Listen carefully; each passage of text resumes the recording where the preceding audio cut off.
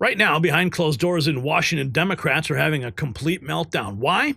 Because Donald Trump just pulled off a legislative equivalent of a magic trick, making them completely disappear from the process.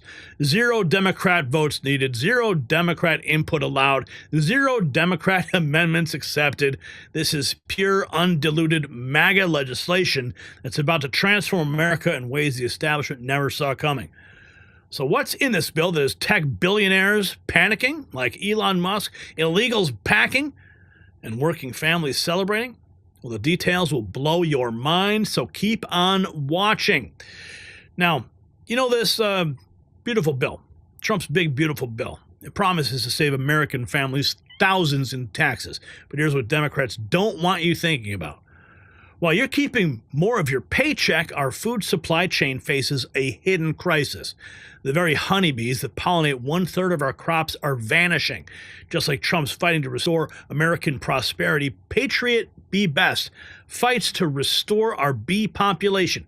This veteran-owned movement isn't just saving bees, they're securing our food independence.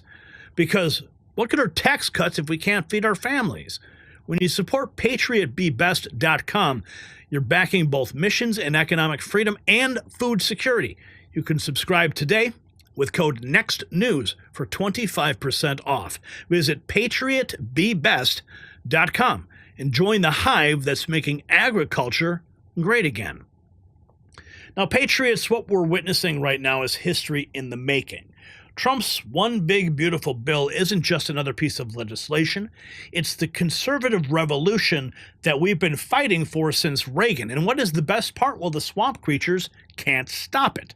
Let me show you why exactly Stephen Miller calls this the culmination of 10 years of MAGA warfare. Now, this man has been in the trenches since day one, and his excitement is off the charts. Watch. There's never been a bill like this bill since there has been a conservative movement. This represents the culmination, in the case of the MAGA movement, of 10 years of hard work. This bill would have been unthinkable in 2017, in the Paul Ryan era. In this bill is the codification of President Trump's most important campaign promises. It is done through a process known as reconciliation, which allows us to enact them into law with 50 votes, not 60.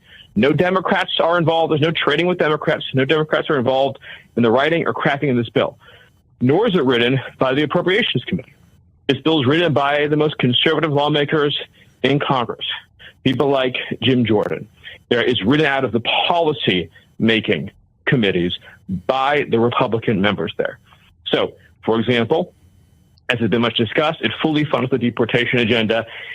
It fully funds massive expansions in the number of ICE deportation officers, ICE beds, ICE deportation flights, and the complete permanent physical sealing of the entire southwest border.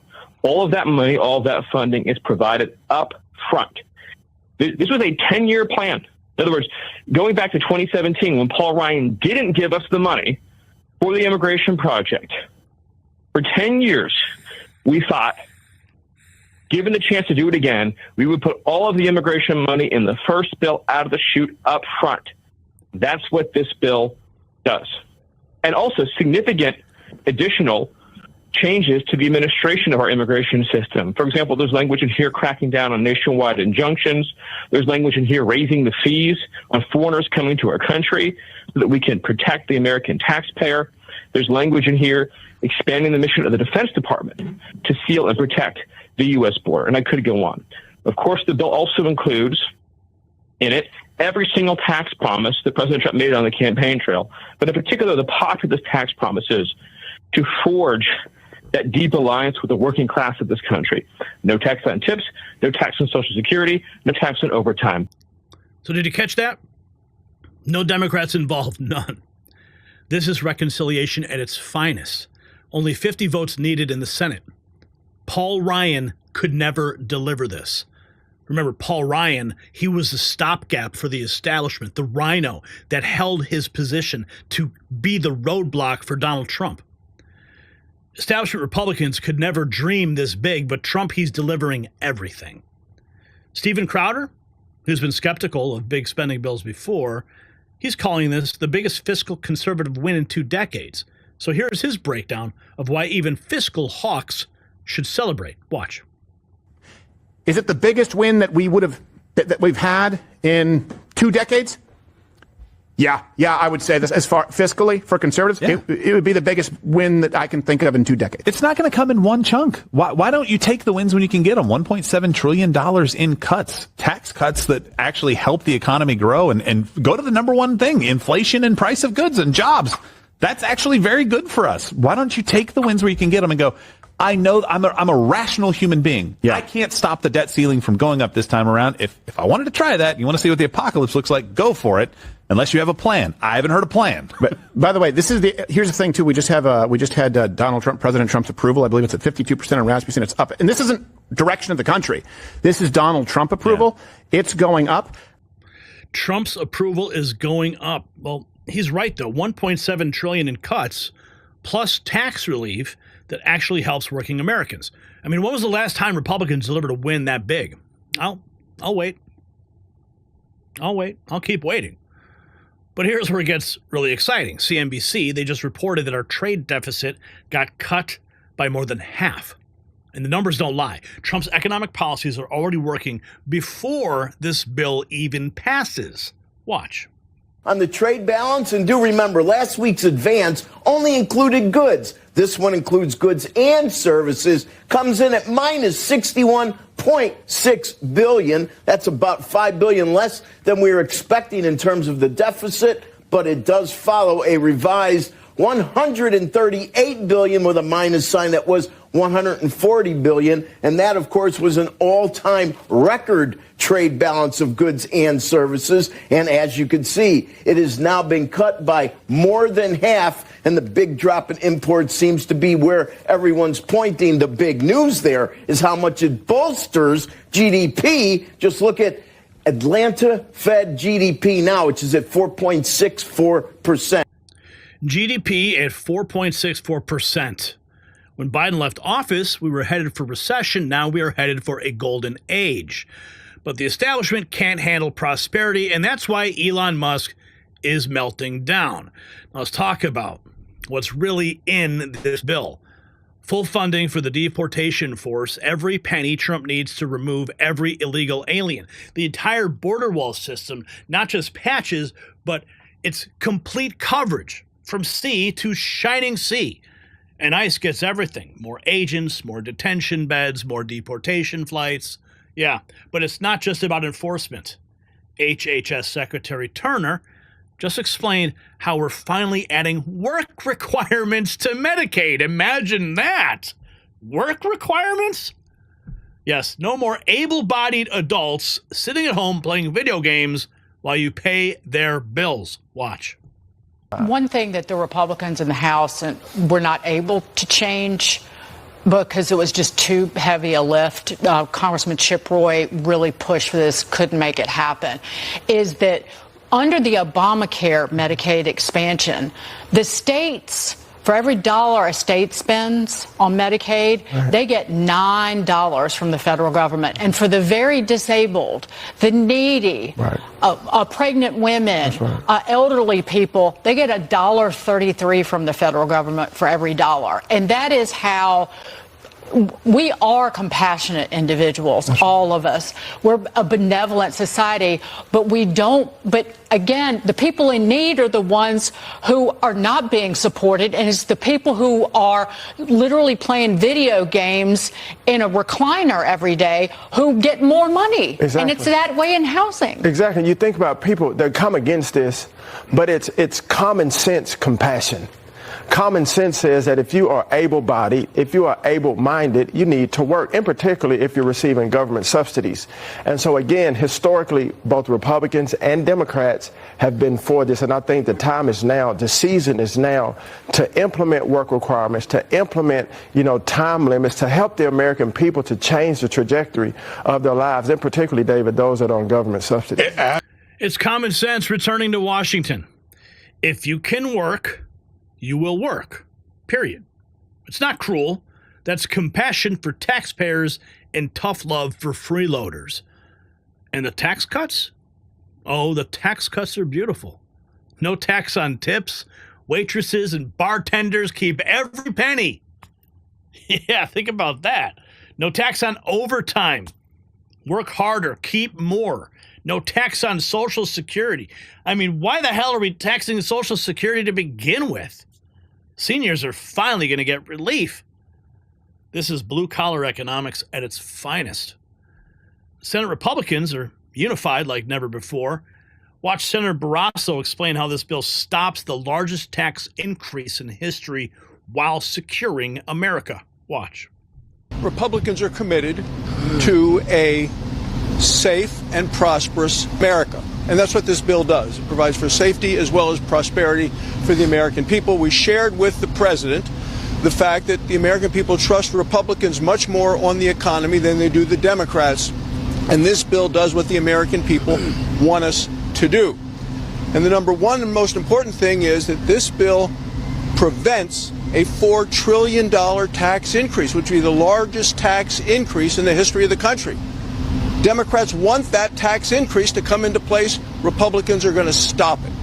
Additionally, I'm a doctor, took care of patients for a long, long time, took care of many, many patients on Medicaid. We need to strengthen Medicaid for the people that it's designed to take care of. And that means we have to stop paying, the taxpayers need to stop paying for Medicaid for illegal immigrants. We're going to unleash American energy. All of these things are going to lower costs, increase wages, and put more money into people's pockets. $4 trillion in tax increases. That's what Democrats wanted. Tax increases. Instead, we're getting tax cuts, border security, and American energy dominance. Leader Thune made it crystal clear after meeting with Trump that failure is not an option. The entire Republican team is rowing in the same direction. Watch. Good afternoon, everyone. We all want to thank the president and his team for hosting us down here. We had a very positive discussion about the path forward on the big, beautiful bill, on the reconciliation bill. And I think it was a reminder that we are all in this together. This is a team effort, and everybody is going to be rowing in the same direction to get this across the finish line. Failure is not an option, and we intend to deliver along with the president for the American people on the things that he committed to do and that we committed to do in terms of the agenda. And so the reconciliation bill will be positive for growth. It'll be good for the economy.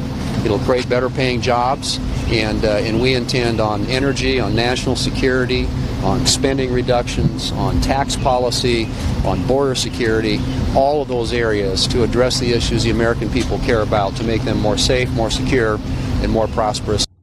Now, even Rand Paul, who's voted against plenty of Republican bills, he supports the tax cuts.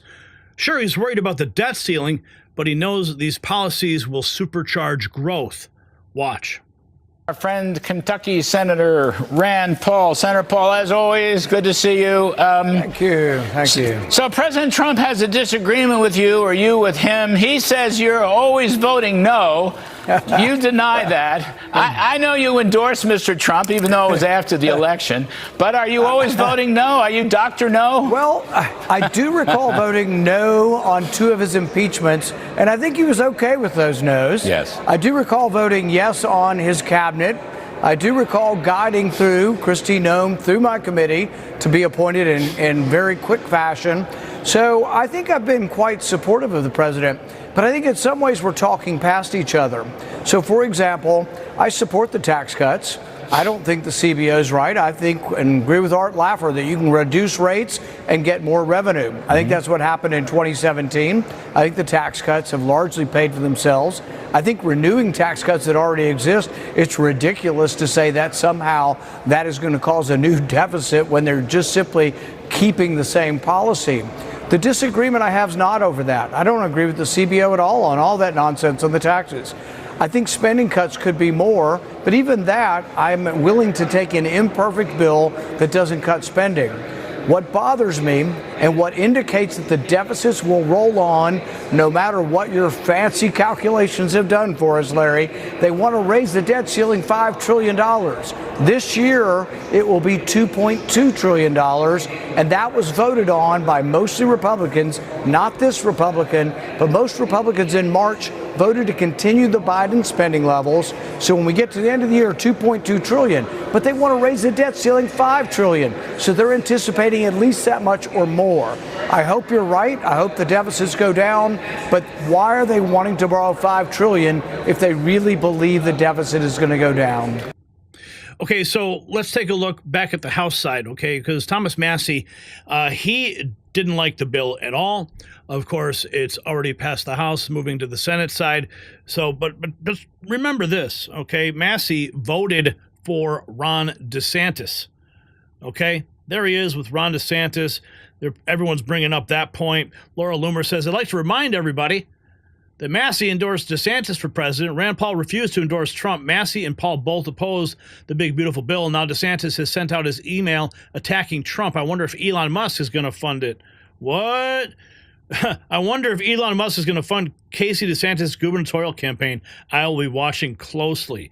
Taking another look here. Here's where Thomas Massie posted this 11 hours ago. The big, beautiful bill contains a provision banning state and local governments from regulating AI. This is also what Marjorie Taylor Greene was complaining about. He says it's worse than you think. It would make it easier for corporations to get zoning variances so massive AI data centers could be built in close proximity to residential areas. Is that really, like, that's your big beef? A data center near a residential area? Okay. Like, dude, get over it, man. Like, AI is the future. Data centers bring jobs. I don't get it.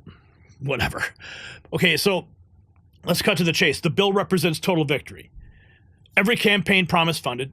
Every Democrat scheme defunded, every American worker protected, every illegal alien targeted. This is what winning looks like. So if you got value from this report, tap subscribe. Now it's time for my final thought. This bill is the death blow to the uniparty system. For decades, Republicans promised conservative victories, but delivered watered-down compromises. They'd negotiate with Democrats, add pork for lobbyists, and call it bipartisanship. Well, not anymore. Trump just showed every future Republican president how it's done. You win elections, you deliver for your voters, period. No apologies, no compromises, and no surrender. The fact that tech billionaires and warmongers are having meltdowns proves this bill hits the target. They know their days of controlling both parties are over. And this is what a hostile takeover of Washington looks like, and it's beautiful. Every illegal alien deported, every welfare freeloader working, every American family keeping more money. That's not extremism. That's common sense governance. The establishment said that Trump couldn't pass major legislation without Democrat votes. Wrong again. So here's my question for you. Should every Republican bill from now on bypass Democrats completely? Simple yes or no. Drop your answer in the comments below. And then head to our merch shop at shop.nextnewsnetwork.com and gear up for the MAGA revolution, because this is only the beginning, Patriots.